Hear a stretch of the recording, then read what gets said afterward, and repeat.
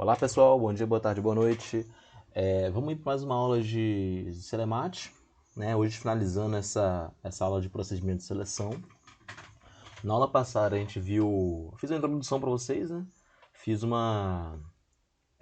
Mostrei dois exemplos de dois casos onde a seleção de materiais se faz presente, que é o caso onde eu tenho um conhecimento já acerca de tudo que eu preciso, eu consigo tirar informações de manuais, de handbooks, essas coisas.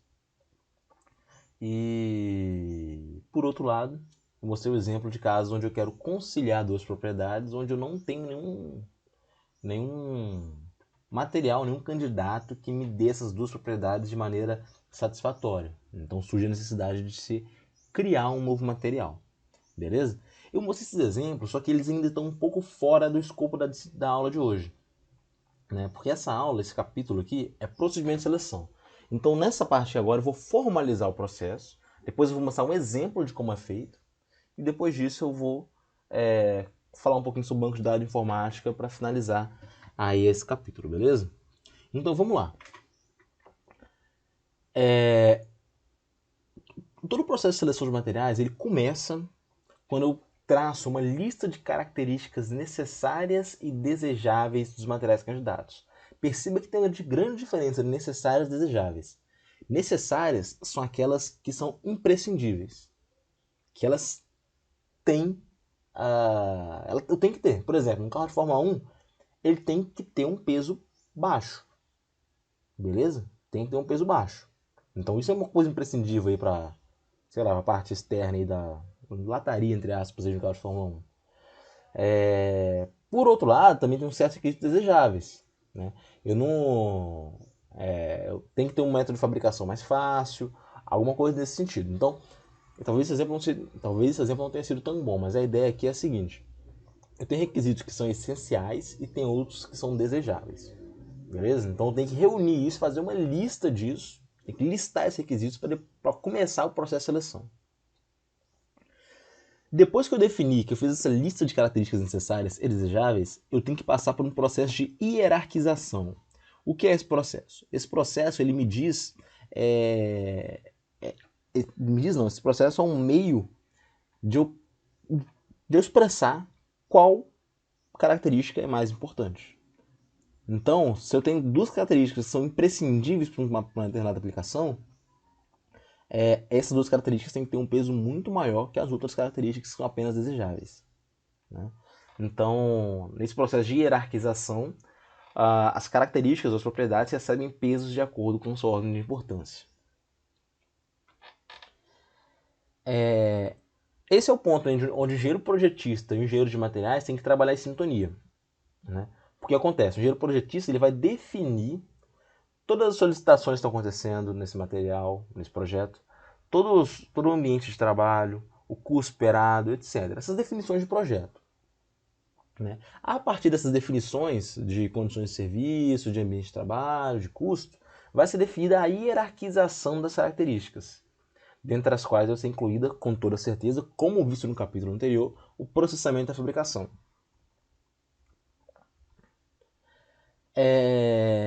Nesse estágio inicial, o projeto do produto é flexível. Como eu falei, é algo realimentado. Eu tenho um projeto, eu analiso os materiais, talvez eu tenha que fazer uma modificação no projeto para ter um material seja satisfatório ali. Então é algo muito flexível. O projeto ele não vai ser engessado aqui.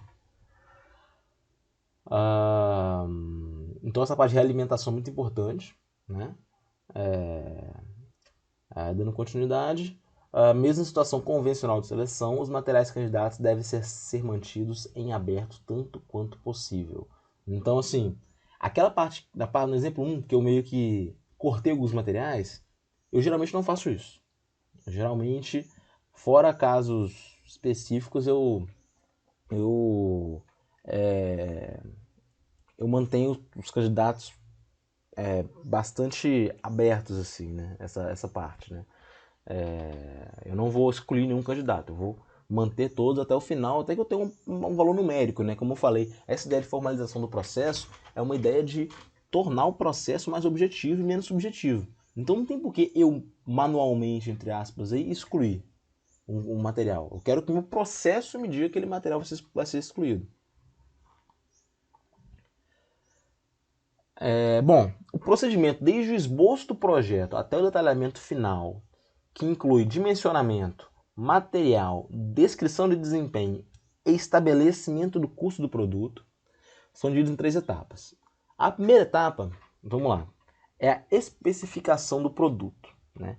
Que é algo que precede o desenho inicial e é definido por pesquisa de mercado. As funções necessárias e desejáveis são listadas e ordenadas em termos de requisitos de mercado, requisitos de produto, funções a serem desempenhadas pelo produto e fatores de venda. Então é a parte que eu estou especificando o produto. O conjunto dessas informações constitui a especificação do produto. Né? Quando vários projetos alternativos parecem adequados às especificações do produto, a escolha deve se basear no projeto que melhor atende às funções desejadas. Então, eu tenho que escolher aquela que melhor atende às funções, é algo bem intuitivo, né? Essas funções devem ser listadas em ordem de importância, como eu já falei, levando em conta seu efeito sobre as vendas. Né? Isso aqui está muito mais voltado à parte produto, pensando num produto assim. Então, quando eu falo de vendas, aqui não precisam se preocupar muito com isso. Né? Aqui está falando mais do ponto de vista do projetista que está projetando alguma máquina para ser vendida, um componente para ser vendido. Então, tem que ter uma certa importância quanto à capacidade de vender aquele material.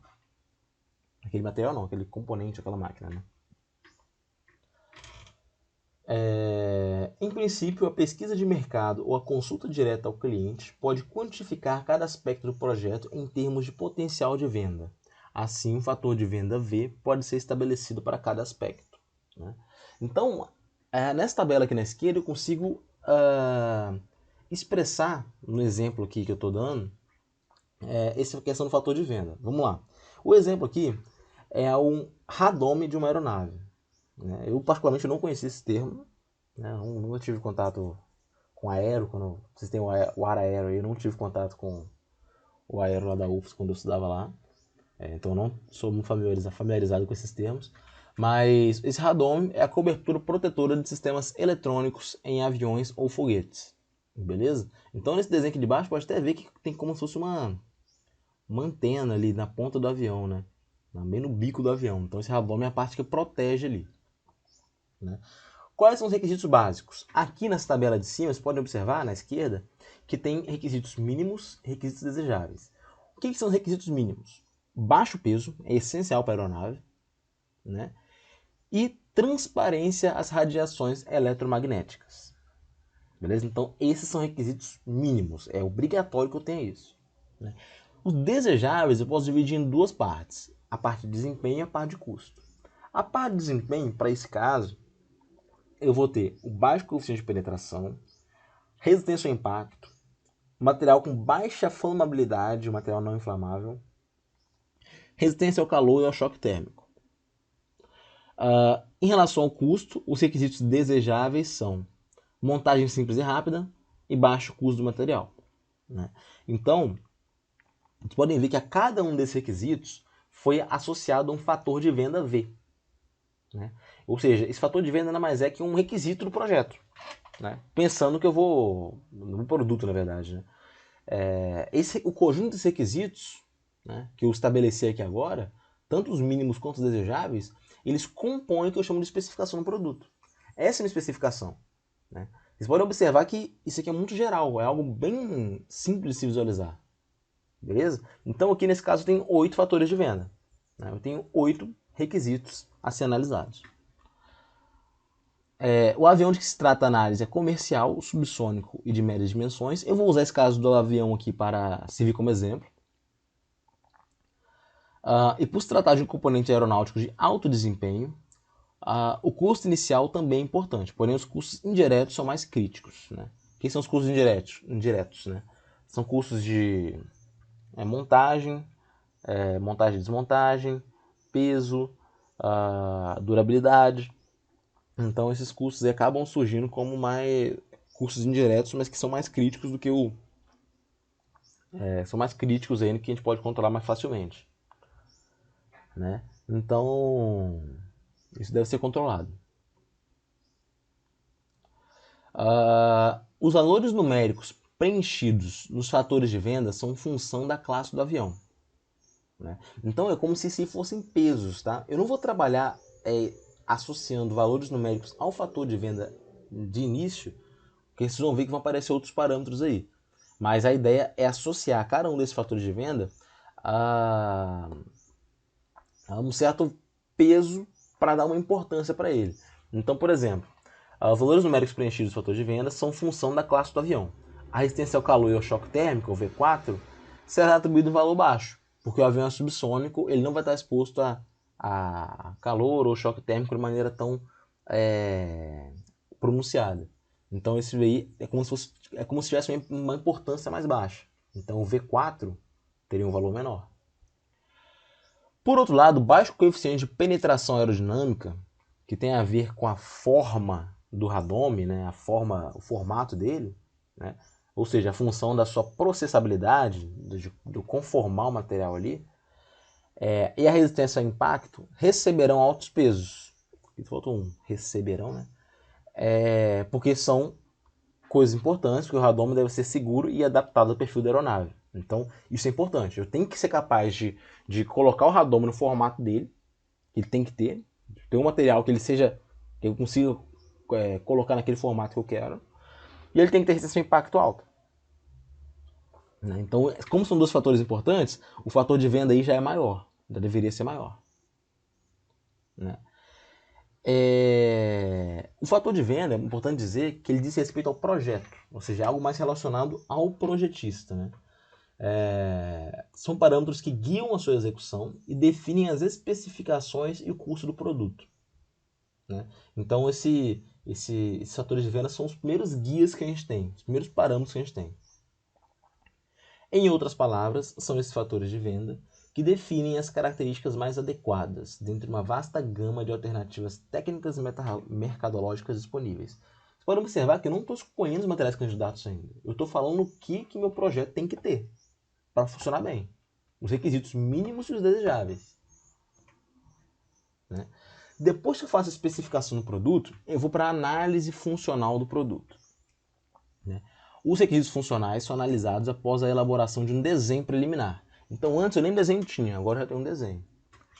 Esses requisitos também são ordenados segundo uma hierarquia que vai desde a necessidade absoluta até a simples desejabilidade.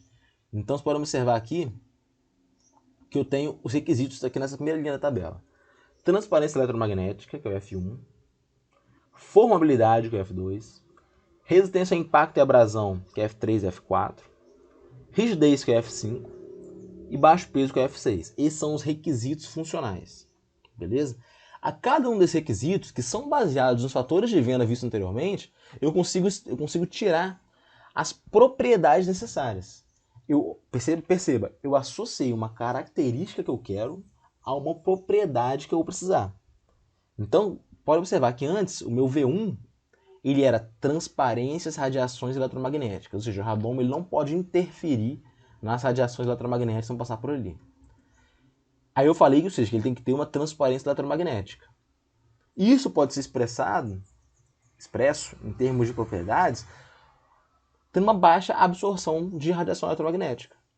Então a propriedade é essa, baixa absorção. A formabilidade, que é o F2, pode ser expressa através da ductilidade. O material deformável é um material dúctil, certo? A resistência ao impacto vem da tenacidade. A resistência à abrasão vem da dureza. A rigidez tem um modo de elasticidade, que é a rigidez claramente dita, né, propriamente dita. E o baixo peso está associado à densidade. Então o que eu faço? Eu peguei aquelas características iniciais lá no V, eu passei para os requisitos funcionais, depois eu passei para o M. Esse valor de M que está aí na tabela são os valores de propriedades que eu devo controlar. Então, para o projeto desse radome, as propriedades de material que eu tenho que controlar é absorção, dutilidade, tenacidade, dureza, módulo, densidade. E é isso. Eu ia falar do custo, mas o custo ele entra depois, mas não é uma propriedade em si. Né? Nesse estágio que os materiais começam a ser considerados, eu começo a analisar quais são os melhores candidatos. Né? Eu começo a associar as características funcionais às propriedades. Então, de maneira geral, o fator V refere-se à característica do produto F diz respeito à função que define as características desejadas e o M é a propriedade. Dando um exemplo aqui de um fabricante de bombas, né? Bombas que eu digo são bombas hidráulicas aí, né? Que deseja adaptar seu produto à indústria farmacêutica. Nesse mercado, a contaminação de fluidos bombeados aparece como o mais importante fator de venda, o que implica alto valor do fator V correspondente. Ou seja, o peso de eu ter um produto, ter um material usado, que ele não seja, não contamine o meu, sei lá, meu fluido vai estar passando ali, é muito importante. Eu tenho que ter um material que não reaja com esses fluidos, né, que não sofra uma corrosão ali, né? Esse requisito aí vai impor um novo projeto produto. O projeto da bomba já está feito, mas eu tenho que voltar, realimentar, desde o desenho, para projetar uma nova bomba que seja capaz de transportar, de bombear esses fluidos, né? O requisito funcional F, referente à adequação dos materiais, será a resistência à corrosão e ao desgaste, né? Então, requisito funcional, resistência à corrosão, resistência ao desgaste. Só que perceba, resistência à corrosão não é uma propriedade do material. Resistência ao desgaste não é uma propriedade, né? Da mesma maneira que resistência mecânica não é uma propriedade. A propriedade eu posso analisar limite de escoamento, dureza. Então aqui eu estou falando do requisito funcional, não estou falando da propriedade ainda. O F ele se relaciona a requisito funcional. Requisito funcional é resistência à corrosão e resistência ao desgaste, né? Nessa etapa, o diálogo entre projetista e engenheiro de materiais é fundamental, obviamente, né? O F representa o peso ou a importância da propriedade. No caso anterior, a transparência eletromagnética é fundamental, é um requisito mínimo, então ela vai receber um peso muito grande, né? Na verdade, na prática, se eu tiver um material que ele não tem esse requisito, eu posso até excluir ele, porque ele já vai ser absolutamente inadequado. Só que para manter um certo padrão, eu vou manter esse requisito junto dos outros, beleza? Então, assim, a transparência eletromagnética, por aquele caso inicial do radome, é um requisito fundamental. O correto seria eu excluir esse requisito. Porém, para ficar mais claro aqui para vocês, eu vou manter esse requisito aqui até o final, né? Quando digo excluir requisitos, não, excluir candidatos que não estejam cumprindo esse requisito, beleza? Se eu tenho um material que não tem transparência eletromagnética, eu já poderia excluir de uma vez só. Só que aqui eu vou considerar até materiais que não tem, para poder mostrar que no final de contas, meu procedimento ele vai excluir esse material que não tem a transparência eletromagnética naturalmente. Eu não preciso fazer exclusões manuais assim, beleza? Os M estão relacionados a propriedades ou a índices de mérito relevantes. É importante saber, os valores das propriedades aqui eles são normalizados em relação ao maior M. Isso porque eu vou fazer uma ponderação depois, né, para fim de cálculo, né? Então, por exemplo, eu tenho um material A, B e C. Eu estou analisando dureza. Um material tem a dureza Brinell 300, o outro 200, o outro 100. Né? Eu vou fazer uma normalização disso. Eu falo que o 300 equivale a 100, a os 200 vai valer 66 e o de 100 vai valer 33%. É normalizar em relação ao maior, beleza? Faz uma regra de 3 simples, né? Se 300 Brinell é o maior, equivale a 100. 200 Brinell vai valer quanto? 66. 100 Brinell vai valer quanto? 33. Por aí. É importante ressaltar também que nessa tabela que eu fiz, com esses requisitos funcionais e tal, ela podia ser muito maior. Eu podia considerar estabilidade dimensional, resistência a choque térmico, usinabilidade, disponibilidade de material no mercado. Então, assim, eu posso acrescentar muita coisa.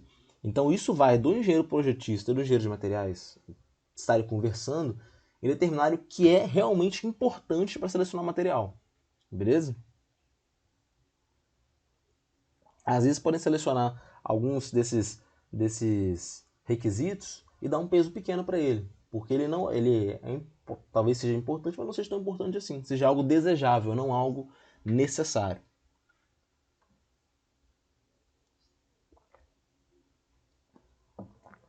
Para o caso da bomba que eu citei anteriormente, que opera com fluidos sensíveis, eu tenho meu fator de venda, meu requisito funcional, e meu M está associado à propriedade ou índice de mérito, correspondentes aos requisitos de não contaminação do fluido pelas partes da bomba. Então, tenha em mente, voltando nesse exemplo aqui da bomba, eu quero uma bomba que o material que compõe a bomba não contamine o meu fluido, certo? Indústria farmacêutica, o fluido é sensível, etc. Beleza. O V, o fator de venda, é a característica mercadológica de não contaminação. É um requisito básico. Eu não posso contaminar o meu fluido. Beleza. Requisito funcional. Para não contaminar o fluido, o que eu preciso? Eu preciso de alta resistência à corrosão e baixa taxa de desgaste do eixo do rotor da bomba. Então são duas coisas que eu preciso. E eu defino o peso de acordo com a importância de cada uma dessas propriedades. F igual a 1, F igual a 2, etc. M, índice de mérito, corresponde aos materiais empregados na construção do eixo do retor e que concernem as propriedades de resistência à corrosão e ao desgaste. O que acontece? Eu falei que preciso de resistência à corrosão e eu preciso de resistência ao desgaste, mas eu preciso de índices de mérito que quantifiquem isso, né? Esses valores são numéricos. No caso de resistência à corrosão, a gente costuma utilizar a taxa de corrosão, né, por exemplo, a perda de massa em relação ao tempo. Né? Dando um exemplo, podem ser usados outros parâmetros também. O desgaste, no geral, também funciona dessa maneira. Então, eu quantifico. O valor de M tem que ser algo numérico. Né? Como se fosse dureza. Dureza é numérico. A tenacidade da fratura é numérico. Os índices de mérito são numéricos. Então, os valores de M aqui são numéricos. Eu tenho que dar um jeito de transformar meu requisito funcional em algo numérico, em propriedade numérica. Algo que eu consigo quantificar. E pensando nisso, pensando que eu tenho que normalizar também, eu posso até mesmo utilizar valores que geralmente não serviriam para uma análise quantitativa, como é o caso do ensaio de impacto, no ensaio Charpy. No ensaio Charpy, como eu já falei com vocês antes, eu não tenho uma confiabilidade em relação aos números ali. Né? Os números servem para comparar da energia de impacto. Né? Se eu falar que o material tem energia de impacto de 200 Joule, isso não quer dizer nada. Eu não sei se ele é dúctil, se é frágil, não sei dizer nada. Agora, se eu falar que um tem 200 Joule e o outro tem 1500 Joule, eu posso falar tranquilamente que o de 200 Joule ele absorve menos energia, então é um material mais frágil.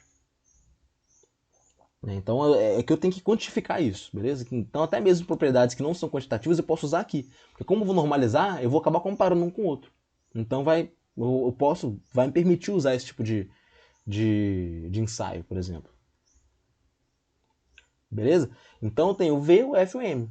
Eu tenho o F, que é a característica principal, o V, que é a característica principal, o F, que são as características funcionais que eu preciso, o M, que é a parte que eu quantifico, né? Que eu atrelo meu requisito funcional a alguma característica que eu consigo quantificar no material.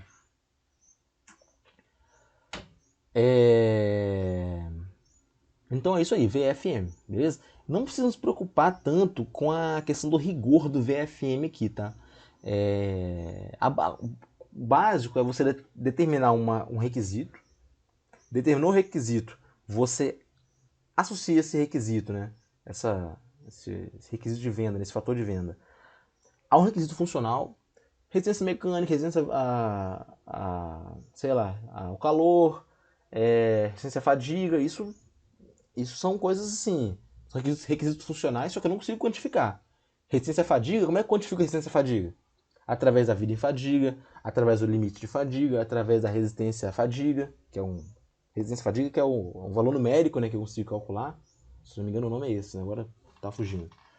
Mas eu tenho 3 maneiras de se quantificar a resistência de um determinado material ao processo de fadiga. Né? Só para mostrar que o N é a parte que eu quantifico. Aquela questão da flamabilidade que eu citei anteriormente, ela não vai ser incluída na tabela, porque apesar de ser uma função altamente desejável, é um problema que só acontece quando eu seleciono polímero ou compósito. Né? Um metal ele é inflamável, né? Um aço, um alumínio, né? Não é um material que é inflamável. Nesse caso, essa propriedade receberá um peso e material metálico ou cerâmico mais próximo na ordem de escolha será reavaliado. Então, eu só levo em conta a flamabilidade aqui se eu considerar polímero ou compósito. Só que a gente vê que a gente não vai considerar esse material, então é redundante olhar a flamabilidade. para finalizar, eu tenho a propriedade dos materiais, que é aquela parte do M, que eu estou quantificando as propriedades, né? Reúne importantes, a tabela que eu vou mostrar a seguir, ela reúne as propriedades todas, eu vou mostrar daqui a pouco.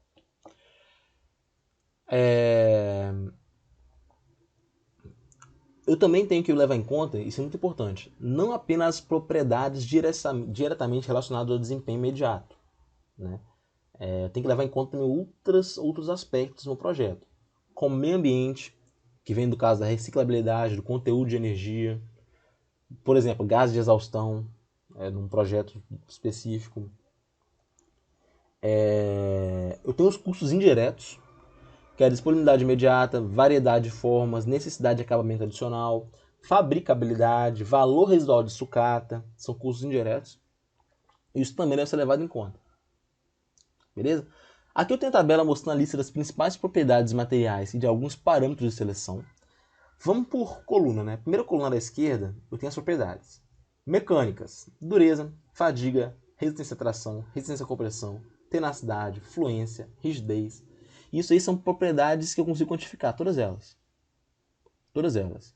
Eu consigo quantificar a dureza, tem dureza Brinell, Knupp, Vickers, Rockwell, etc. Fadiga eu posso quantificar pelo limite de fadiga, pela vida em fadiga. Resistência à tração, posso quantificar pelo limite de escoamento, pelo limite de resistência à tração, pela tensão de ruptura. Resistência à compressão é análogo. Tenacidade, eu costumo quantificar por aquele valor de tenacidade da fratura, que é o K e C. K e C que eu costumo falar aqui, mas na verdade é K1C, né? É o modo de abertura do trinca. Posso quantificar pela energia de fratura, aquele Gzinho. Então, existem algumas maneiras de quantificar a tenacidade. Fluência. Também tem alguns parâmetros associados à fluência que eu posso calcular. Tempo de ruptura, tensão de ruptura, enfim. A rigidez, que por si só já é uma propriedade. Né? E isso são propriedades mecânicas. Propriedades físicas. Densidade. Já vamos para as propriedades elétricas, que é resistividade, capacitância, enfim, capacitância foi meio ruim aqui, na verdade, né? Que não é propriedade de material. Resistividade é propriedade de material. Enfim, tem diversas propriedades elétricas que a gente pode usar como requisito também. Capacitância é a propriedade do dispositivo, né? É igual a resistência elétrica. A resistência elétrica é a propriedade do dispositivo. A resistividade é a propriedade do material, que eu acabei trocando na hora de dar o exemplo. Propriedades magnéticas, né, como é o caso da transparência eletromagnética, que eu citei anteriormente no radômio. Eu tenho a expansão térmica e a flamabilidade. A expansão térmica está mais relacionada ao controle dimensional. Eu tenho a flamabilidade. Eu tenho o ponto de fusão, que é uma propriedade que pode ser controlada. Eu tenho propriedades químicas, né, que são propriedades de resistência ambiental, que eu posso relacionar à resistência à corrosão, à composição, ao tipo de ligação, à estrutura. Eu tenho propriedades térmicas, de temperatura de fusão, né, como citei anteriormente, a máxima temperatura de uso, a mínima temperatura de uso. E propriedades dimensionais, né, que são acabamento superficial, que eu analiso através da rugosidade, tamanho crítico, formas comercialmente disponíveis, né.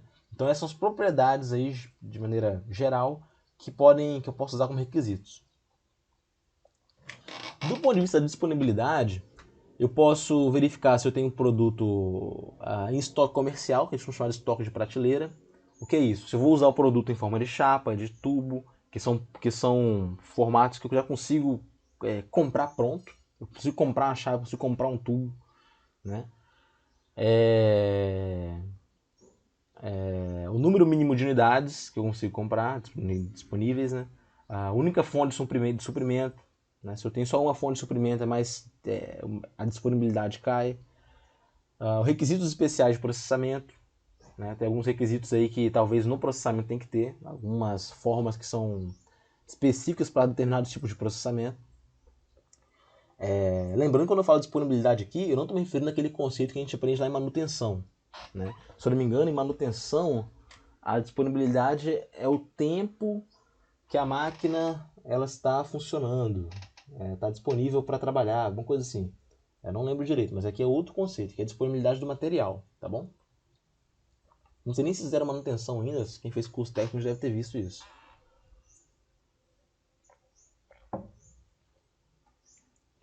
Bom, eu tenho os aspectos econômicos também, que é a escala de produção em milhares, milhões, unidades por ano. A vida esperada, né? Pode ser descartável, pode ser centenas de horas, pode ser anos. Né? Fabricabilidade, que já vem da formabilidade, da soldabilidade, da usinabilidade. Né?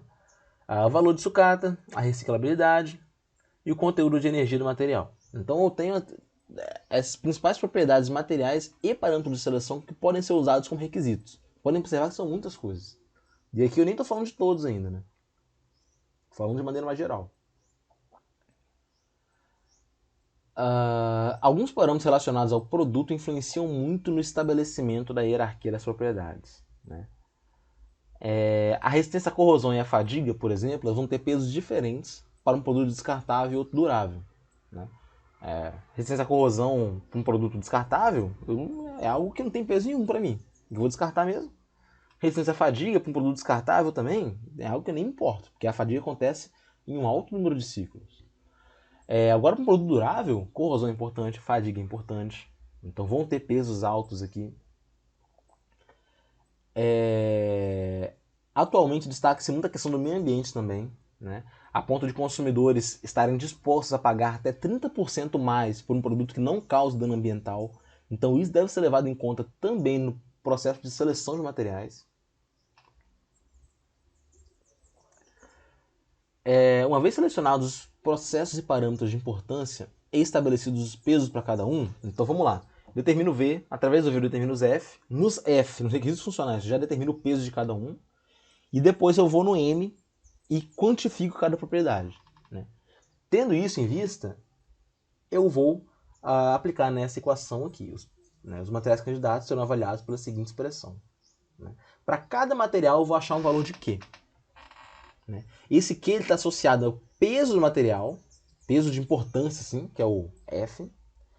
O M, que é o valor da propriedade. Então, para cada propriedade, eu vou fazer um somatório, sei, né? F1M1 sobre embaixo C1 mais F2M2 sobre C2 mais... não é sobre C, né? O C é igual para o mesmo material, né? F1M1 sobre C mais F2M2 sobre C mais F3M3 sobre C até achar o valor de Q. Né? Claro que esse valor de I está de acordo com o número de requisitos que você determinou. Esse FC embaixo, ele até pode tornar um pouco mais confusa a equação, porque na verdade a gente não utiliza ele propriamente, a gente usa ele junto com o C.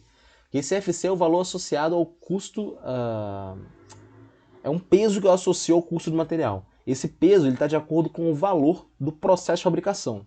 Né? Mas como a gente já viu antes, eu costumo inserir o material e o processo de fabricação dentro do C já. Então o FC ele fica meio que sem utilidade. Né? Então esse FC é um peso associado ao custo da fabricação. Por exemplo, o material A ele pode permitir o uso de um semi-acabado de prateleira, né, ao qual serão aplicados os procedimentos de usinagem. E o material B não está disponível nessas condições, podendo ser processado por fundição. Então eu tenho dois materiais que são produzidos de duas maneiras diferentes. Talvez o custo do material em si, na hora de comprar o material, ele é diferente dos dois. Mas o custo da fabricação também vai ser diferente. Então tem que considerar o custo total para cada um. Esse é o assunto da aula passada nossa. Do capítulo passado, na verdade, né? Obviamente, o custo dos processos é diferente, o que pode fazer com que o custo combinado não acompanhe o custo dos materiais. Então, o que pode acontecer é o seguinte: às vezes eu tenho um material A que ele é mais caro que o material B. Porém, eu tenho um processamento diferente do material A para o material B. Né? E aí, o processamento do material A pode ser muito mais caro que o processamento do material B. De maneira que, quando eu somo o custo do material com o do processamento, vale mais a pena utilizar o material A. Né? Ele fica menor o custo dele. Então, é o que está escrito aqui. Partindo do material B, o custo de A é maior que o custo de B. Isso nos deixa inclinado a utilizar o material B.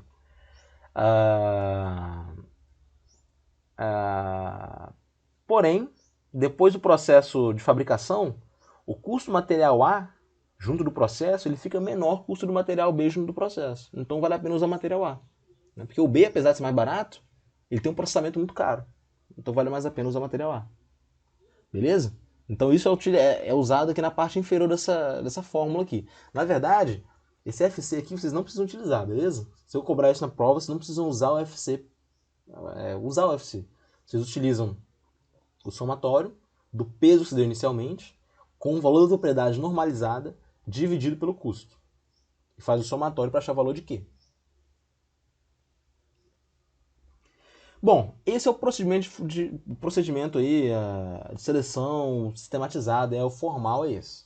Né? É importante falar aqui, gente, que esses procedimentos de seleção, eles não seguem toda vez que você for usar um processo, o procedimento vai ser igual a esse. Né? A gente sabe que alguns autores podem fazer procedimentos diferentes, olhar outros parâmetros, né? Talvez inverter um pouco o processo, mudar um pouco alguma coisinha aí. Então isso não é uma coisa absoluta, beleza? Mas esse é um procedimento de seleção que pode ser bastante utilizado. Que é comumente utilizado. O livro de seleção de materiais, que é a bíblia dessa disciplina, é o livro do Ashby, né? Ele que trouxe o conceito de mapa de propriedade, essas coisas. Então é um cara que ele é um professor de Oxford, se não me engano, que fez todo o trabalho nessa área.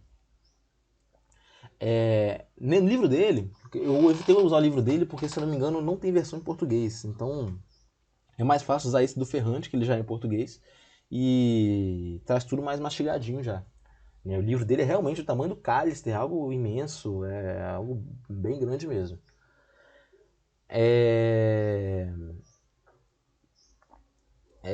Bom, no livro que eu estava querendo dizer que no livro dele o procedimento é um pouquinho diferente. Ele utiliza as mesmas variáveis, mas ele usa uma sequência um pouco diferente, enfim, é algo levemente diferente, mas no final de contas o resultado vai ser o mesmo. Vai sempre ser um procedimento que visa obter objetivamente o meu melhor material para determinada função. Né? Então o objetivo é exatamente esse. Bom, vamos fazer o exemplo 3 aqui agora, que esse exemplo 3 é um exemplo onde eu vou utilizar esse procedimento de seleção para determinar qual material é melhor para essa aplicação. Vou tomar um copo d'água aqui para molhar a palavra. Bom, considere a suspensão traseira de um veículo utilitário mostrada na imagem a seguir. Essa suspensão traseira é um esquema do conjunto barra de torção alavanca da suspensão traseira de um veículo automotor. Né? As dimensões estão mostradas, o carregamento também. O sistema consiste em barras de torção ligadas às rodas por alavancas feitas de chapas de aço. Convencionalmente, utilizamos as chapas de aço IZ 4130, aquela mesma utilizada no exemplo anterior. Feitas de aço liga, esse aço liga aí, cuja viabilidade de substituição que vai ser estudada. Então, a minha ideia aqui é substituir esse aço por outro material. As dimensões fixadas pelo projeto do veículo estão indicadas na figura, assim como a carga atuante sobre cada um dos dois conjuntos da suspensão traseira. Beleza? Então, está tudo mostrado aqui na figura. Minha ideia aqui é eu trocar essa barra de torção da suspensão. Né? Eu utilizo o aço 4130, eu vou tentar utilizar outro material. Quais são os requisitos? As barras de torção são alojadas em tubos com diâmetro interno de 32 mm, o que impõe 30 mm como o diâmetro máximo das barras. Beleza? O diâmetro máximo é 30 mm. Né? Eu tenho que ter um material que seja resistente e me dê esse ângulo máximo de torção que está citado aqui, de 37 graus, com um diâmetro no máximo de 30 mm. Beleza? Como eu acabei de falar, também está especificado o ângulo de torção máximo do sistema, de 37 graus. Tem essas duas restrições. O principal requisito aqui é o baixo peso, seguido de resistência à fratura frágil. Então já vou analisar aí a questão da densidade, né? E a resistência à fratura frágil associada àquela questão do índice de mérito relacionado à fratura. Né? Deseja-se também que seja transmitido ao veículo o mínimo possível de vibrações. Lembrando que eu tinha aquele fator lá do coeficiente de perda. Né? Isso aí eu acho que capítulo 3 ou 4, se não me engano. Capítulo 4, se não me engano. Né? Ou seja, eu quero minimizar a vibração, eu tenho que ter um alto coeficiente de perda. Né? Que é esse... eu acho que o nome dessa letra grega é eta. Acho que é eta. Enfim. A força máxima atuante na suspensão é de 20.000 Newton, 20 kN, distribuída uniformemente pelas 4 rodas. Os pesos para análise funcional foram estabelecidos como se segue. Leveza, onde eu tenho o F igual a 6. Gente, isso aqui, perceba uma coisa. Eu não tô analisando aquela questão do fator de venda. Né? Eu estou já indo para o requisito funcional. O que eu preciso? Preciso de um material leve, e a importância que eu dou a isso é peso 6. O requisito principal é peso baixo. Então, 6. Beleza? É muito importante. Se não tiver peso baixo, não dá para usar. Requisito muito alto. Peso muito alto. O objetivo de fazer a substituição é reduzir o peso mesmo. Segurança, o peso é igual a 3. Né? Ou seja, segurança que eu digo não é segurança contra a fratura frágil. Né? Submetida à restrição de tenacidade da fratura maior ou igual a 25 megapascal vezes raiz de metro. Beleza? Então eu tenho esses dois requisitos funcionais e esses dois pesos já estabelecidos. O terceiro é amortecimento de vibrações. Não é uma necessidade, mas é desejável. Né? Então tem o peso menor, peso igual a 1. Beleza? O F igual a 1. Pois boa parte da função é exercida por amortecedores hidráulicos. Né? A barra não vai ser responsável por causar amortecimento. Isso vai ser responsabilidade dos amortecedores. Né? Seria bom se tivesse amortecimento de vibrações. Mas se não conseguir, não é aquela coisa que vai influenciar tanto no projeto. O objetivo aqui é reduzir o peso. Disponibilidade. Lembrando que disponibilidade eu estou falando de na hora de compra do material, de fornecedor disponível, de fabricação também, né? De fabricabilidade, enfim. A disponibilidade tem um peso igual a 3. Né? É importante pois pretende simplificar ao máximo a montagem. Eu não quero uma montagem complexa, eu quero uma montagem simples. Né? Até porque o custo da montagem é caro. E o custo, que tem um fator 4, que tem um peso 4, né? Que é o custo da peça em sua forma final, pronta para a montagem. O custo tem um peso alto porque se trata de um veículo de médio custo. Né? Então o custo eu tenho que tentar reduzir ele mesmo. Se fosse um veículo de alto custo, sei lá, uma Lamborghini, o custo estava lá embaixo de ter um peso bem menor, beleza? Quanto mais barato deve ser meu produto final, mais importante deve ser o fator custo. Então, vocês podem observar que eu tenho 5 requisitos funcionais. Agora, antes de seguir adiante, eu quero que vocês pensem comigo. Vamos lá. Leveza. A leveza, eu tenho que associar esse requisito funcional a uma propriedade ou a um índice de mérito. O que eu associo à leveza? Naturalmente, ou associo ou a densidade ou a massa. A massa é uma propriedade material também. Né? Então, não propriedade material, né? A massa não chega a ser uma propriedade, mas é um parâmetro que é utilizado para estimar a leveza. Né? A propriedade mesmo é a densidade. Massa específica, né? Então eu posso associar a massa específica, ou a massa mesmo, né? Que não é uma propriedade, mas eu posso associar. A segurança, do ponto de vista da fratura frágil, eu associo ou a tenacidade da fratura, que é uma propriedade, ou ao índice de mérito relacionado à tenacidade da fratura. O amortecimento de vibrações, eu associo aquele coeficiente de perda. A disponibilidade, eu posso associar, aí já fica um pouco mais subjetivo, né, que é a questão da disponibilidade do material, se o material está disponível em forma de produto de prateleira. Né? E o custo, o custo mesmo, não tem uma propriedade, um parâmetro para associar. Na verdade, o custo ele é estimado pelo custo por quilo do material.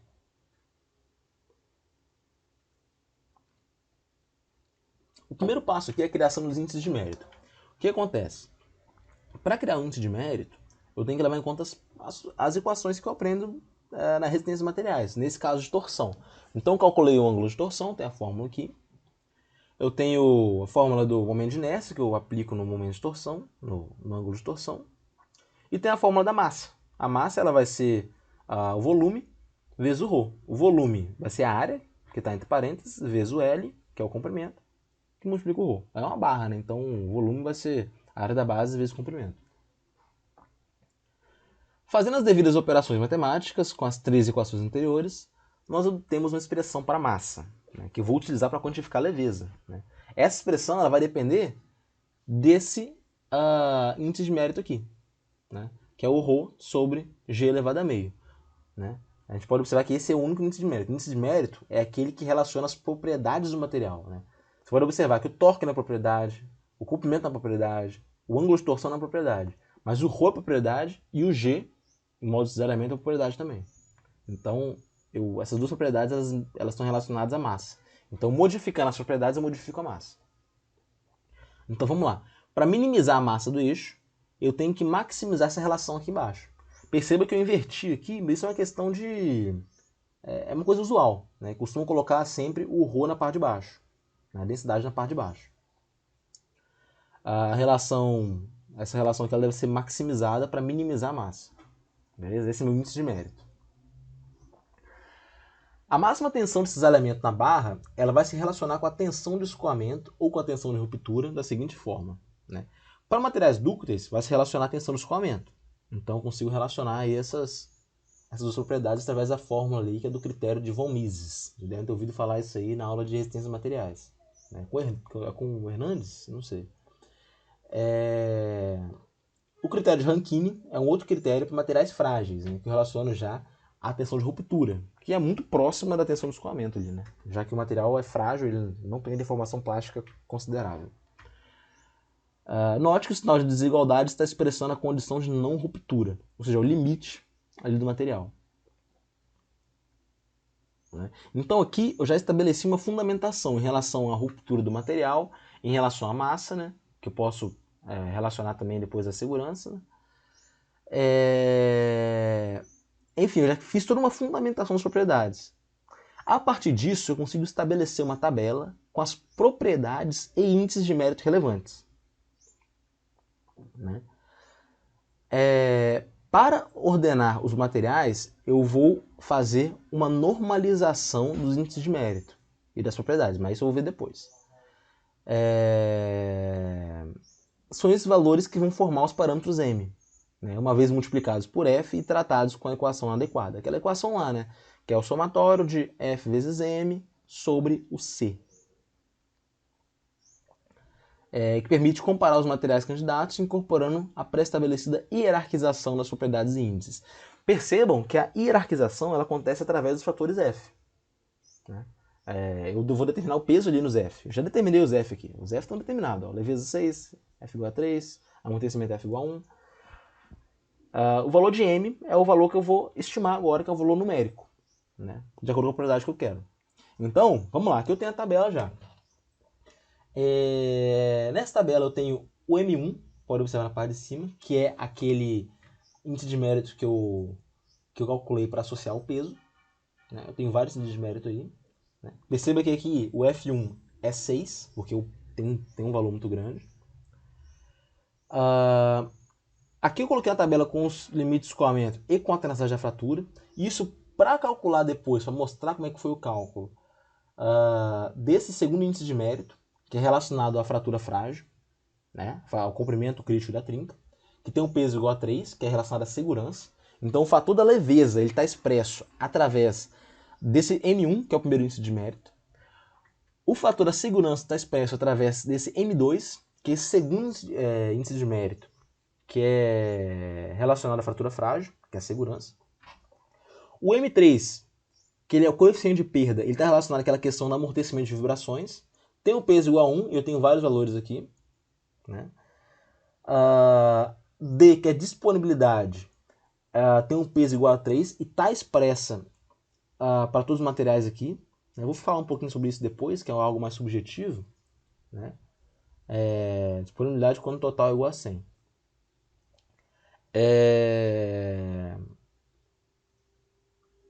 O custo, que é dólar por quilo, está mostrado aqui também, que tem um peso igual a 4. Né? Porque eu estou querendo usar essa barra aí de torção na suspensão de um carro de médio custo. Então tem um peso alto. Se fosse um carro de baixo custo, talvez tinha que colocar 6 aí também, como peso no custo. comparando os valores do índice de mérito, a gente vê que todas as possibilidades de substituição resultarão em barras de torção mais leve do que as construídas com material tradicional. Percebam aqui os materiais, eu esqueci de falar dos materiais, né?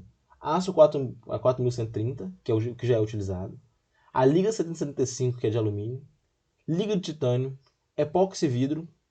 E epóxi com carbono. São 5 materiais aí candidatos. A gente vê que o M1, que representa a leveza, quanto maior o M1, mais leve o material, o pior deles é o aço. Então qualquer um que eu trocar vai melhorar a questão do peso. Isso é muito bom. O melhor candidato nesse aspecto é o composto com fibra de carbono, né?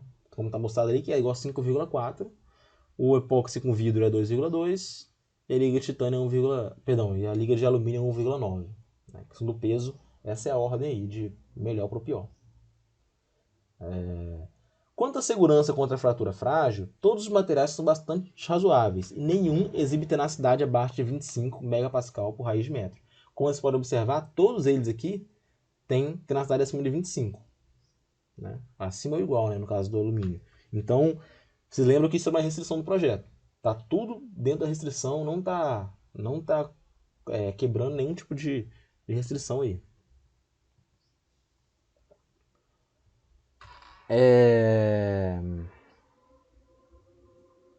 As avaliações baseadas no custo devem ser posteriores ao dimensionamento, porque a faixa de valores dessa razão de G e Rho prevê grandes diferenças de massa, né? Então, a avaliação do custo ela tem que levar em consideração a massa também. Como vocês podem ver, o custo está por quilo.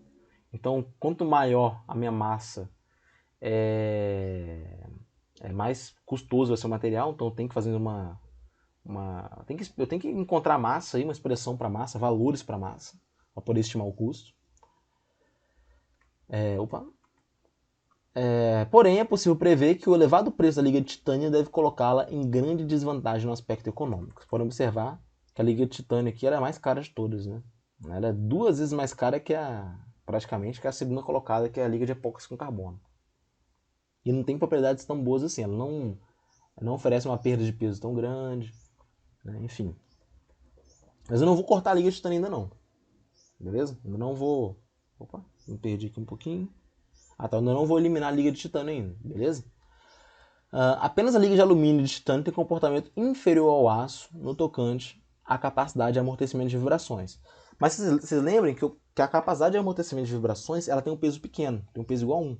Então, mesmo que a liga de titânio e de alumínio seja inferior ao aço, talvez valha a pena trocar, se isso significar uma perda de peso grande, beleza? Porque o foco aqui não é reduzir, não é aumentar o amortecimento de vibrações. O foco aqui é reduzir o peso. Bom, isso foi uma análise como eu posso dizer, fugiu a palavra agora, a primeira análise. Né? A análise primordial. A primeira análise que a gente faz é essa. Né? Agora a gente vai dar continuidade ao nosso procedimento de seleção. O que a gente vai fazer? A gente sabe que tem a restrição do θ igual a 37 graus. Né? Eu tenho que calcular. Aquela expressão que eu achei anteriormente, vou voltar uns slides aqui. Opa! Você vê que ela está limitada pelo θ. Né? Então, o meu θ vai limitar a minha massa. Né? Meu θ pode ser no máximo 37 graus. Então, isso vai limitar a minha massa máxima, no caso. Né? Então, voltando aqui, né? A gente calcula, então, o custo. E eu sabendo minha massa, eu consigo calcular o custo, claramente, e consigo exprimir também o diâmetro. Né? Aliás, consigo também exprimir o diâmetro através dessa outra equação aqui, né, que está mostrada aqui embaixo. O diâmetro também tem a restrição de ser no máximo 30 milímetros. Né? A gente usa também as expressões mostradas anteriormente para critérios de falha, para obter a tensão de cisalhamento e comparar com a resistência mecânica. Porque eu também não quero que aconteça falha do material. Né? Eu não quero que ele seja submetido a uma tensão maior do que aquela que ele suporta. E lembrando que a tensão cisalhante, no caso de torção, ela tem o seu valor máximo na superfície do material. Então isso também é levado em conta. Então aqui eu tenho outra tabela, com os mesmos materiais, né? Os mesmos 5 materiais. Aqui eu calculei a massa, pode ver que na terceira coluna, está calculada a massa de todos eles, né, para aquele ângulo de torção máximo. Aqui está o custo de cada um, só em dólar, perceba que eu perdi já o quilo, só dólar. O diâmetro que eles vão obter para ter essa massa, para ter aquele ângulo de torção, né, o diâmetro. Vocês podem observar que o epóxi vidro está com um diâmetro de 33 milímetros, ou seja, já está ultrapassando a restrição, isso torna esse material um péssimo candidato, né? E aqui eu tenho essa tabela mostrando as tensões. Esse sigma asterisco é a tensão máxima na superfície da barra, calculado pelo critério de von Mises e de Rankine para os compósitos. E a tensão de escoamento, né? Bom, vamos lá, vou analisar coluna por coluna. Primeira coluna, o diâmetro. O diâmetro está tudo abaixo de 30, abaixo ou igual, exceto o epóxi vidro, que é 33. Você perceba que ele ultrapassou um pouquinho, né? Eu consigo utilizar algum dispositivo para controlar o ângulo de torção. Se eu controlo o ângulo de torção, eu consigo controlar também esse diâmetro, eu consigo reduzir ele. Então eu não vou considerar isso como algo que impossibilita utilizar o epóxi vidro, né? Porque eu sei que se eu utilizar um dispositivo pequeno, barato ali, eu consigo contornar esse problema, beleza? Fora isso, todos os materiais estão dentro da restrição do diâmetro. Na questão da tensão, vocês podem observar que a liga de alumínio e a liga de titânio, elas têm uma tensão na superfície maior que a tensão no escoamento. Então, isso vai causar ruptura. Ou vai, pelo menos, tender a causar ruptura. Então, isso não é desejável, né? Essas ligas já não estão adequadas para o serviço. A massa de cada um está mostrada aqui, né? A menor massa de todos é do epóxi de carbono, né? E o custo de cada um dos materiais está mostrado aqui. Você pode observar que o maior custo é do da liga de titânio, que provavelmente vai viabilizar aí a utilização de titânio. Mas lembrando, eu não vou excluir manualmente aqui uma liga ou outra, né? Eu vou tentar fazer a análise final de todas para ver claramente qual que é melhor.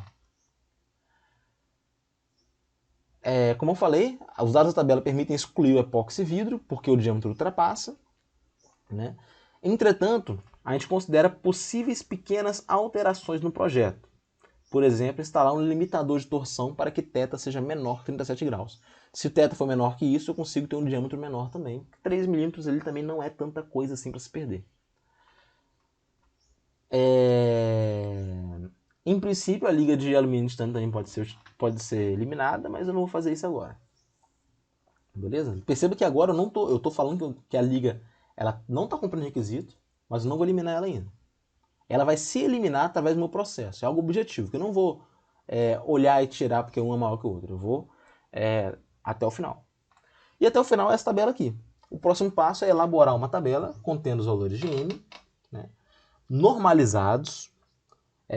Percebam que o epóxi carbono ele tinha o maior valor de M1, então eu normalizei para 100. E eu normalizei os outros valores também. Então o máximo, todos esses valores de M, eles vão variar de 0 a 100. Né? 0 a 100, todos os valores de M variam de 0 a 100.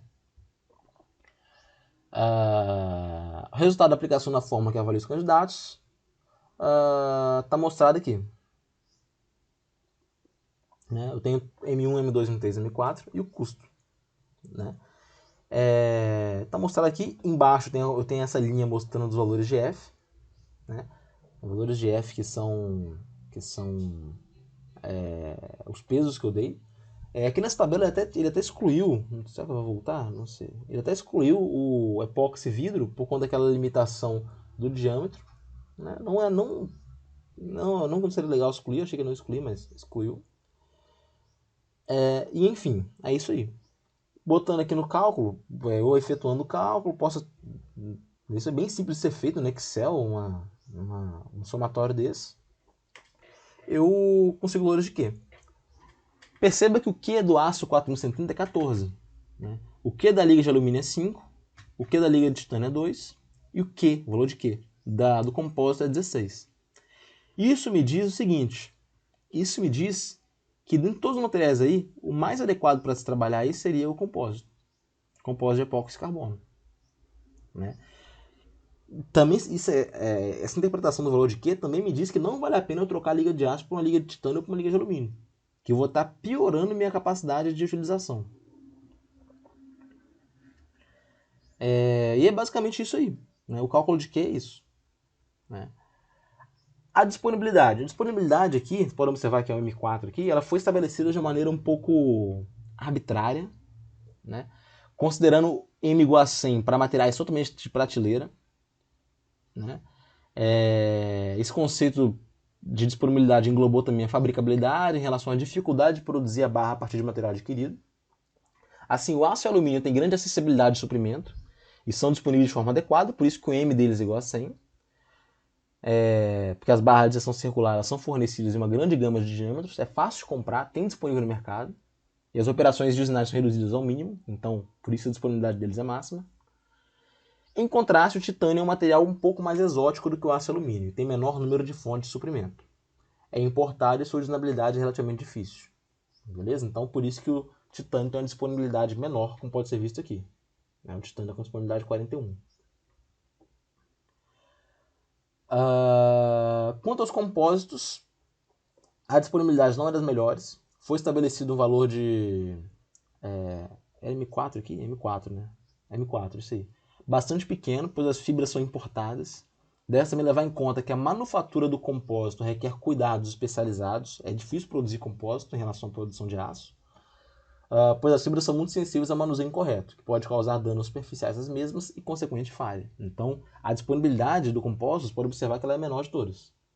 60. Eu vou te falar 41 aqui do titânio, mas 41 a 80 do titânio, né? E de 60 do compósito. A tabela anterior indica na sua última coluna os valores de Q para cada material, encerrando o procedimento de seleção. O cálculo é feito a partir dos valores normalizados contidos na coluna, multiplicados pelo respectivo F. Né? Então aqui é basicamente isso que é o cálculo. Né? Como é que é o cálculo?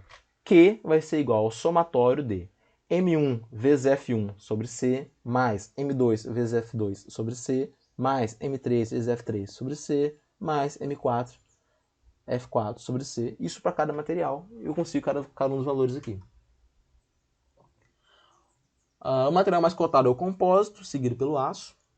Vimos que para essa aplicação estrutural o epóxi carbono supera os metais, apesar de seu alto custo, então vale a pena eu utilizar esse material, porque a perda de peso compensa o alto custo.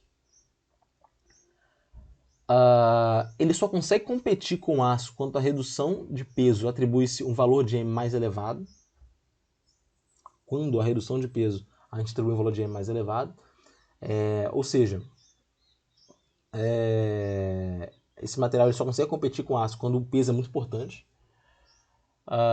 O projeto requer resistência à corrosão, à oxidação e a retenção de propriedades em altas temperaturas, sendo essa última absolutamente desnecessária nesse caso. A influência do custo no resultado final pode ser refinada seguindo aquele método que eu usei no início do capítulo, naquele exemplo 1, do análise custo-benefício. Né? Posso avaliar a questão do custo nesse sentido, refinar, né? Introduzindo aquele fator de quanto que eu pagaria para economizar 1 kg, que é aquele valor de A. Né? E é isso aí. Então, nessa tabela aqui eu já consigo ver com toda certeza que o epóxi carbono é o material candidato melhor.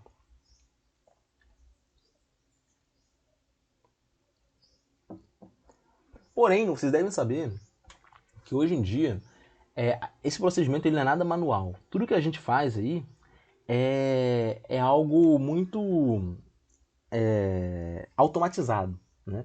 Porque não vai, é surreal a gente pensar nos pré-requisitos e ir olhando a tabela de todos os materiais, todos os manuais, procurando material. Isso é surreal. Né? Hoje em dia a gente tem softwares que fazem isso. Né? A gente tem softwares que fazem muita coisa aí, na verdade, dentro de ciências materiais. Né? Esse procedimento de seleção, como vocês podem ver, eles são informatizáveis. Né? Só que para serem informatizáveis, eles têm, associado a esse software, tem que ter um banco de dados. Né? O que é esse banco de dados? Esse banco de dados é um banco que vai armazenar todos os minhas informações sobre materiais. Então, eu vou mostrar para vocês depois, eu vou até falar disso mais profundamente, mas, por exemplo, eu tenho um software desenvolvido pela Universidade de Cambridge. Eles têm um banco de dados, onde eu vou inserir os meus requisitos funcionais, eu vou dar o peso para cada um, e ele vai buscar no banco de dados os meus melhores materiais para aquela combinação de requisitos. Né? Eu coloco todas as restrições que eu tenho que colocar, e é basicamente isso. E eu consigo uma lista de materiais mais recomendados, o valor de Q é calculado automaticamente. E esses softwares são tão bem produzidos que, por exemplo, a inserção dos pesos costuma ser automático, perdão, costuma ser manual. Porém, é possível você analisar a sensibilidade da mudança de peso. Por exemplo, aqui, para leveza, eu coloquei o peso 6. Mas se eu quiser analisar a sensibilidade do meu resultado final para mudança de peso, eu consigo avaliar. Se eu quiser mudar o peso para 5, para 7. Então, isso tudo é muito automatizado hoje em dia. Beleza? Alimentar o banco de dados, um software adequado pode rapidamente comparar e cruzar propriedades materiais, introduzir índices de mérito, multiplicá-los pelos respectivos pesos, submeter resultados a testes de sensibilidades, etc. Então, assim, esses softwares já fazem tudo. E índice de mérito, que é algo, como eu mostrei ali, mostrei as equações, é algo que fazer na mão é chato pra caramba de calcular. Só que esses softwares já dão esses valores já para você de uma vez só. Beleza? E isso levando em conta o tipo de recarregamento que você vai inserir lá também, as questões dimensionais, restrições de dimensão, restrições de carregamento, restrições de massa. Isso tudo é levado em consideração. Restrições de tenacidade da fratura, enfim. O computador vai ser tão bom quanto os dados que eu alimento. Né? Então eu tenho que ter uma certa confiabilidade nos meus dados. Né? Isso é muito importante porque os dados têm que ser confiáveis. Né? Quando eu falo de materiais tradicionais, eu não preciso me preocupar muito, porque eu tenho muitos dados em relação a esses materiais. Eu tenho uma informação muito difundida aí. Por exemplo, aço. Pô, se eu precisar de propriedades de aço, é algo que já está rolando aí há muito tempo. Eu consigo ter acesso a informação de qualidade e confiável. Agora, para materiais avançados, como aquele que eu mostrei anteriormente, é algo muito novo. Então, eu não tenho propriedades, uma lista de propriedades aí confiável.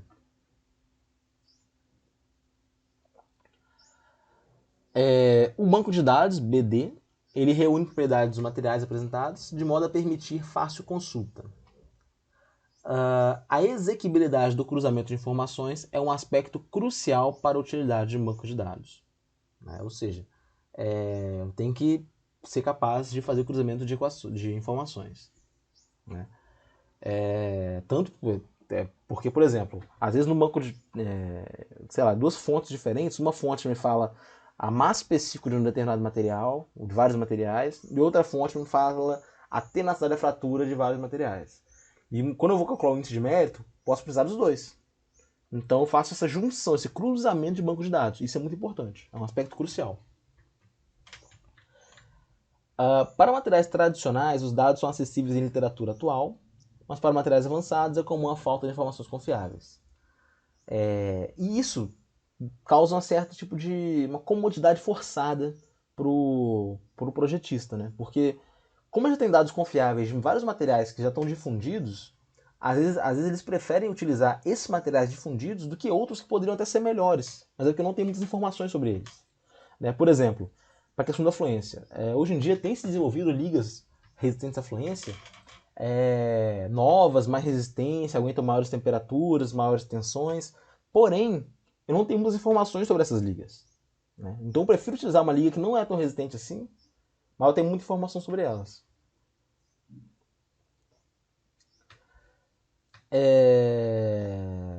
O que pode acontecer também é que em grandes projetos, sei lá, projetos aeroespaciais, indústria do petróleo, até na indústria automotiva, quando eu não tenho dados ou informações relacionadas a um material, um dado de banco de dados mesmo, eu crio um banco de dados próprio meu.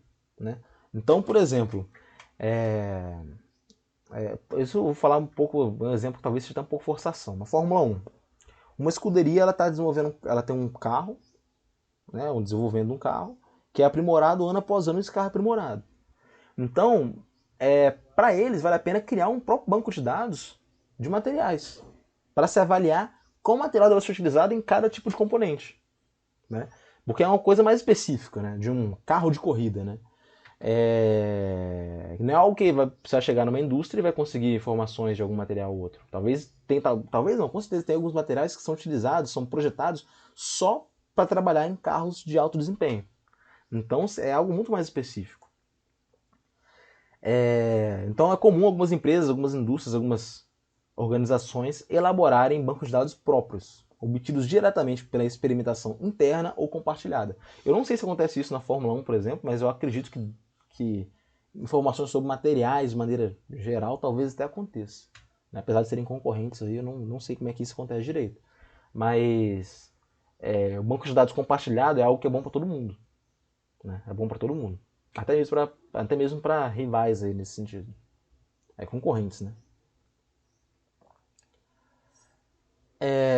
De qualquer modo, excluindo situações extremas que envolvem materiais avançados, a gente pode dizer que a tecnologia que a gente tem em materiais, o conhecimento tecnológico que a gente tem em materiais, ele é muito antigo.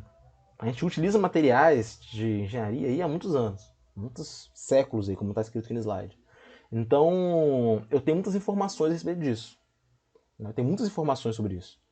Eu tenho um banco de dados muito grande sobre isso. Você pode observar que nesse livro de 2002, esse livro do Ferrante de 2002, eu tenho vários exemplos de guias de ligas de engenharia, de handbook de metais, a mesma coisa para polímeros, para cerâmicos, para compósitos, para madeiras, espumas, enfim.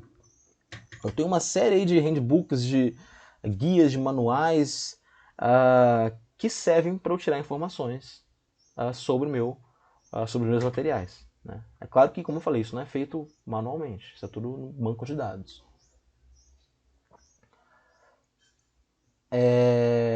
Bom, como eu falei, os bancos de dados, os programas, eles automatizam os procedimentos de seleção. Em geral, essas duas problemáticas, né, o acesso aos dados e sua manipulação no contexto de seleção, são abordadas em conjunto por software desenvolvido para esse fim. Né? Então, assim, o acessar os dados e manipular esses dados é tudo feito na mesma interface. Beleza? Assim, por intermédio da informatização de dados e procedimentos, é possível cruzar informações, adicionar dados desenvolvidos em experimentação própria e identificar os materiais que atendem a requisitos e pré-requisitos. Requisitos pré-especificados. Já estou trocando as palavras aqui. Essa aula está muito longa. Então, é imprescindível que haja esse cruzamento de informações. Né? Ou seja, pegar o banco de dados de metais, eu juntar com o banco de dados de cerâmicos, de polímeros, de compósitos, de outros materiais avançados, e ter isso tudo disponível. Ter essa gama toda de materiais disponíveis. Um aspecto que deve ser ressaltado ao avaliar a utilidade de banco de dados, especialmente com materiais avançados, é que as propriedades elas não são entidades estáticas. Né? Elas estão em contínua mutação devido aos avanços científicos, novos métodos de processamento, etc. Então, sei lá, eu tenho um material X.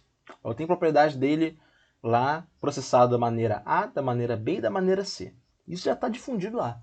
Só que, com o passar do tempo, algum outro laboratório, qualquer parte do mundo, podem criar um método de processamento D, que me dá propriedades diferentes. Então isso tem que estar no meu banco de dados também. Né? Então esse banco de dados ele também é realimentado. As propriedades de um material elas não são algo fixo. Né? É algo que vai mudando de acordo com o processamento, de acordo com a estrutura, que eu consigo obter através desse processamento. Então é algo que vai se realimentando também. Né? O ideal seria que isso fosse aberto para todo mundo, que a gente conseguisse ter acesso a vários tipos a todos os tipos de novidades que surgem no mundo inteiro. Né? Eu falo até com certa propriedade sobre esse assunto, porque da minha dissertação de mestrado, eu utilizei banco de dados, né, mas um banco de dados um pouquinho diferente, né, porque eu estava produzindo um material cerâmico. Né. O material cerâmico, quando eu produzo, eu tenho que me certificar que eu produzi mesmo o material que eu queria produzir. Né. Não tem como eu saber se eu produzi ou não, a não ser por uma análise de difração de raio-x. Né? O que acontece com difração de raio-x?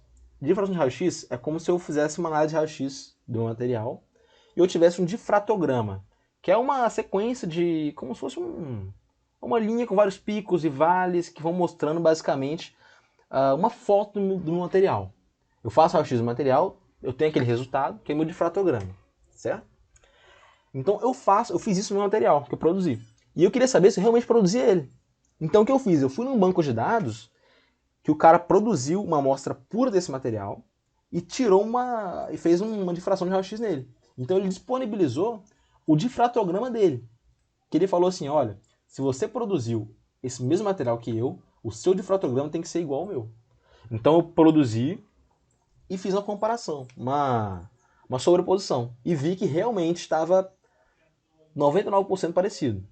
Beleza? Então quer dizer, meu método de produção deu certo.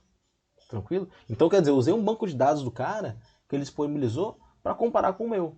Né? E na verdade não é só um cara que faz isso. Às vezes no mesmo material eu tenho várias coisas diferentes. Às vezes o cara ele modificou um átomozinho na estrutura. Então já tirou o outro difratograma. E eu comparo um com o outro. É só um exemplo de banco de dados como pode ser útil em pesquisa, em desenvolvimento, né? É claro que o meu não ficou 99%, tá, gente? O meu trabalho era muito rústico para conseguir ficar com 99% aí. Acho que 60% já estava de bom tamanho.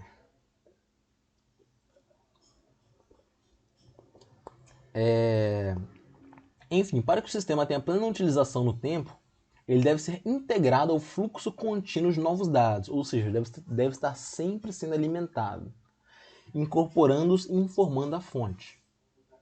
Né?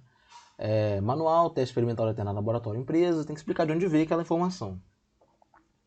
Também é importante informar a confiabilidade e a faixa de incerteza dos dados. Isso é muito importante quando se trata de propriedades mecânicas. Né? Porque, por exemplo, se eu chegar e falar que eu fiz uma medição de um alumínio e falei que, sei lá, a rigidez dele é, não sei, 100 gigapascal, um chute aí. Falei isso aí do alumínio. E que incerteza que eu fiz? Em qual laboratório eu fiz isso? Como que eu sei que como você vai saber se esse resultado que eu fiz, que eu consegui, é um resultado confiável? Né? A gente tem que ter isso em mente também. Os dados têm que ser confiáveis, tem que mostrar faixa de certeza, tem que mostrar de onde veio, tem que mostrar como foi feito. Né? Existe a influência do processamento, do método de ensaio, do ambiente, tem que mostrar a temperatura que foi feito o ensaio, sobre as propriedades. Né? Isso eu estou falando da rigidez, mas tem outras propriedades que são muito mais sensíveis a essas características. Por exemplo, ensaio de impacto. Se eu não falar que eu fiz o ensaio a temperatura, sei lá, de 25 graus Celsius, eu não vou saber nada sobre o ensaio. Porque eu não sei. Que eu não vou saber se ele. Eu não vou saber se a condição que eu fizer o ensaio é comparável com a dessa pessoa, né? Enfim, dados limitados a valor numérico são insuficientes. Por isso que geralmente tem que ter uma ficha bem descrita, né? Como está mostrado aqui nesse exemplo. Eu tenho material Inconel 718, especificação AMS 5662, forma do material, tratamento térmico, barra de ação circular com diâmetro de 1/4 de polegada. Aí aqui o tratamento térmico está mostrado pela especificação, que é a AMS 5662. Eu não vou saber de cabeça qual o tratamento térmico foi utilizado para esse caso da Inconel 718, mas se está na especificação deve ser fácil de encontrar. Tipo de ensaio, amostra na verdade, né? Eu vou usar uma barra de ação circular com extremidade rosqueada, diâmetro de 1/4 de polegada, o ensaio vai ser de tração. Ambiente, temperatura de ensaio, atmosfera, temperatura de 32 graus Celsius, atmosfera de hidrogênio. Fonte, relatório de laboratório, número tal. Seria ideal aqui também colocar de onde é esse laboratório. E a propriedade que estou analisando é a tensão do escoamento. Então tem que estar tudo muito bem definido. Se eu fizer um ensaio de tração e falar que eu consegui de resultado 30 gigapascal, você não sabe de nada. Você não sabe o que eu medi, se isso é tensão de escoamento, tensão de ruptura, tensão de... se é rigidez, se é, sei lá, tensão de LRT, né? Apesar de gigapascal estar muito grande para isso. Você não sabe qual ensaio você não sabe tipo de amostra que eu fiz, qual a temperatura que eu fiz, de onde veio o ensaio, qual tratamento térmico passou esse material, que material é esse. Então, assim, tem que dar muita informação no banco de dados. Os dados podem ser mostrados através de número, de gráfico, de tabela. É claro que o número tem que vir acompanhado dessa ficha que eu mostrei. O gráfico e a tabela também. Os gráficos são particularmente úteis, pois apesar do comportamento do material poder ser caracterizado apenas pelos números, às vezes os dados devem ser apresentados graficamente para melhor entendimento. É como no ensaio de tração mesmo. No ensaio de tração, vocês podem ver que a gente fica muito tempo falando da curva, né? Porque a curva, você já tem, todos vocês aí que estão assistindo a sala agora, vocês já têm em mente a curva do ensaio de tração. Que vocês sabem exatamente que tem a parte do regime elástico, aí começa a deformação plástica, aí chega no máximo até chegar a ruptura. Eu sei quando o material é mais dúctil, que a parte plástica é maior, quando que ele é menos dúctil, que a parte plástica que ele é mais frágil, né, que a parte plástica é menor. Eu sei quando o material é tenaz, que a área abaixo da curva é maior. Eu sei que é rígido quando a inclinação da curva é maior, né? A rigidez é a tangente ali, né? Então, assim, o gráfico ele pode servir muito mais do que números para mostrar valores, né?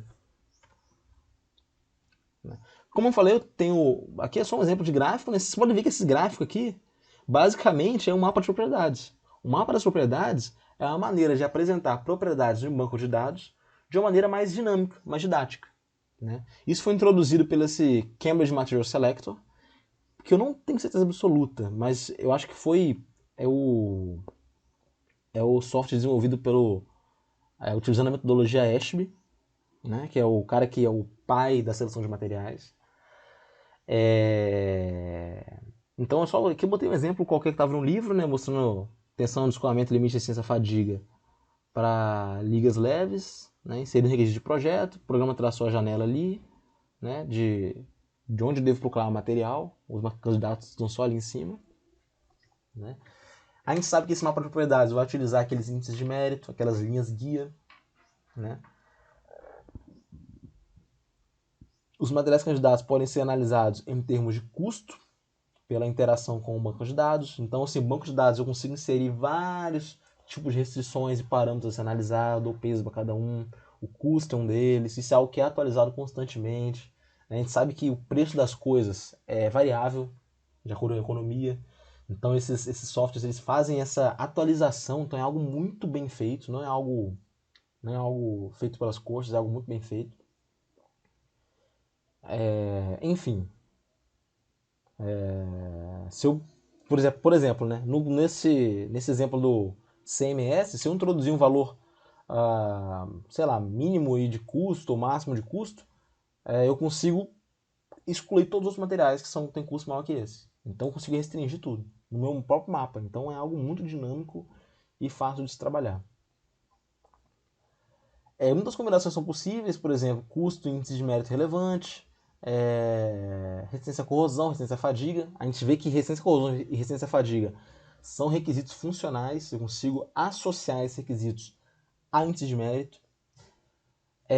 Uma vez selecionado um grupo de materiais, cada um pode ser ressaltado e aparecerá a respectiva lista de propriedades, as opções de processamento, as características de soldabilidade, modo de apresentação comercial, você vê em chapa, em barra, em perfil extrudado, em tarugo. Então, assim, esse software, os softwares no geral de seleção, são muito bem feitos e recheados de informação. Todas as informações que vocês viram botando em tabelas aqui, a gente consegue extrair deles. Mas tem que saber como que a gente quer chegar lá, né? E é claro que é muito importante também. O nosso conhecimento prévio em seleção de materiais é extremamente importante para a compreensão do processo de seleção como um todo, né? Isso é como se, às vezes, como a gente vê que o software tem muito recurso, dá a impressão que qualquer um pode utilizar, e não é bem assim, né? Por isso que em grande parte dessa disciplina, a gente passa falando, meio que revisando materiais. Porque o conhecimento de materiais é imprescindível para você entender o que você precisa, né? Porque se você não sabe os conhecimentos relacionados à tenacidade da fratura, como você vai saber o que você precisa para evitar a fratura frágil? É difícil, né? E para fechar, pessoal, vou deixar esse site aqui para vocês. Eu ia até passar pelo site mostrando um pouquinho, mas eu acho até bobeira, porque não dá para ver muita coisa. Basicamente falando o que tem. Esse Granta Design é eu acho que ele é a versão atual desse CMS, né? Esse Granta é um software que é desenvolvido pela ANSYS. Quem trabalha com fluidos, com simulação computacional, já deve ter ouvido falar do ANSYS, né? Resistência a materiais também, enfim, é um software bastante difundido. Ele também tem essa parte voltada para a seleção de materiais, que é esse Granta Design, né? Que é um seletor de materiais, que ele me dá todas essas funções que eu falei para vocês agora. Quem quiser olhar esse site, consegue ter acesso a todas as informações que você consegue extrair desse software, né? Eu queria, na verdade, baixar uma versão demo desse software e fazer uma aula só para mostrar isso. Minha ideia era essa. Eu cheguei até a entrar em contato com o pessoal do site. Só que eles não liberam demo e só vendendo software, aí você sabe como é que é, né? Eu teria que o IFES comprar um software para disponibilizar para vocês. E isso é algo muito burocrático, complexo. O cara até falou comigo que tem um professor da engenharia mecânica lá em São Mateus que ele já tentou comprar, mas não conseguiu, né, para questão burocrática mesmo. Mas é um software bastante interessante. Se eu não me engano, dentro dele tem algumas aulas assim de cara ensinando a usar o software, né? Só que ele não libera o software, então é basicamente só aula mesmo mostrando como é que funciona, que é bastante interessante também. Beleza? Então, pessoal, nossa aula de hoje é isso aí. Finalizando essa parte de procedimento de seleção, finalizando o capítulo 7, né? Eu já vou adiantar para vocês o seguinte: na próxima quinzena eu vou aplicar a prova e já vou passar um trabalho para vocês, né? Esse trabalho vai ser um trabalho em grupo, um trabalho curto, não precisa se preocupar. Eu vou delegar um estudo de caso para cada grupo, né? E vocês vão ter que fazer uma apresentação aí de 15 a 20 minutos no máximo, no estilo de um TCC, assim, mais ou menos, falando sobre esse estudo de caso. Estudo de caso que eu digo é a seleção de materiais para um estudo de caso específico, né? E, se eu não me engano, no livro tem turbina a vapor, tem aeronave, enfim, tem alguns exemplos lá que agora eu não lembro de cabeça. Então eu já vou passar para vocês, eu vou mostrar exemplos do livro. Eu posso até passar outros livros também com outros estudos de caso, né? Estou pensando aqui em quais estudos de caso eu vou passar para cada um. E é isso aí, né? É o seu último trabalho para fechar a disciplina, senão vou ter que fazer mais resumo depois desse. E espero que faça um trabalho, vai ser algo bem levezinho para finalizar mesmo o curso. Eu espero aí que pelo andar da carruagem ninguém fique de prova final. E é isso aí, pessoal. Tenha uma boa semana. Qualquer dúvida, vocês falem comigo. Já comecem a dar uma estudadinha através de resumo mesmo para a prova. Ainda não sei como é que eu vou fazer a prova, né? Nem pensei nisso ainda, tá mais para frente, até tenho um monte de coisa pela frente. Mas é isso aí, pessoal. Tenham uma boa semana, estudem bastante e até a próxima.